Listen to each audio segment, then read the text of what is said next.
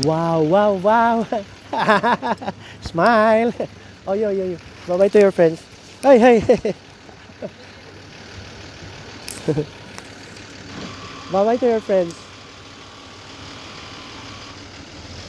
Oh, bye-bye, oh.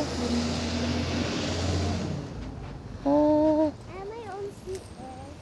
what? I have my own seat What? in the bus. Ah, you have your seat already? Mm-hmm. Oh, yeah? Okay, But good. I'm going number 9. You always sit on the number 9? Oh, yeah?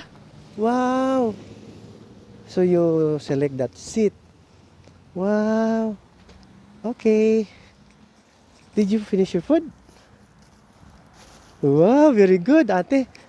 You're nice, ate, because you are already big. You can eat well. Okay.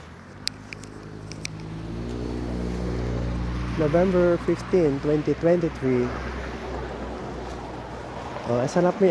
We cut our topic. Ang mga doktor namin nandun sila sa ano eh.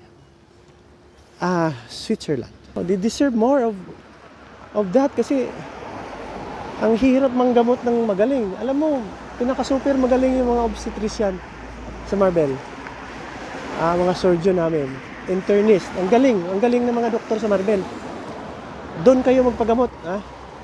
At saka kung gusto nyo yung anesthesia, magaling mga anesthesiologist doon. Hanapin nyo ako. Dahil i-repair ko kayo sa pinakamagaling. Ganon. Retired na ako eh. 5 years na eh. Doon na yung anak ko. Ayun na po. Magaling ang mga doktor doon sa South Cotabato. Davao, ganyan. Davao. Iloilo. Cebu. Ang galing ng mga doktor doon. Alam mo sa Cebu, ang pinaka number 1 na cardiologist, taga Tacorong, Sultan Kudarat, si Dr. Edgar Molino. Sila na yata doon na nag-heart transplant sa Cebu. Younger siya sa akin, pero kabatch ko sa BS, Medical Technology sa Veles. Nandun si Edgar Molino sa Cebu. Magaling yun, na? Yan, Manila, ang galing. Ang galing ng mga doktor sa Manila, my goodness, sa Philippines. Kaya lang pagdating dito, mali yata ito. Ang pinakamali ng Canada. Hindi sila marunong mag-recognize ng magaling.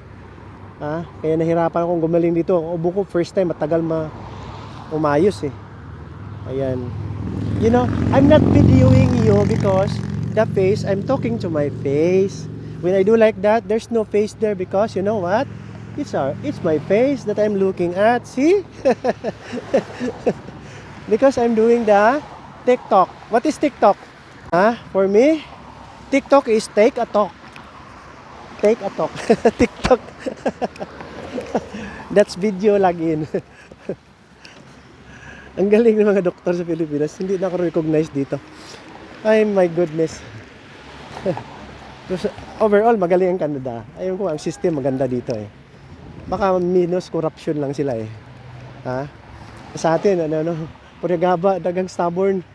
My goodness, hindi ko maintindihan hanggang ngayon. Alam mo, mga 2 months na ako, hindi na ako, 3 months, 4 months, hindi ako nakikinig balita doon. Ang sagwa, pakinggan. Ang sagwa, awayan dito, awayan doon. Intelligence fund doon, ano ba yan? You throw the first stone if you don't.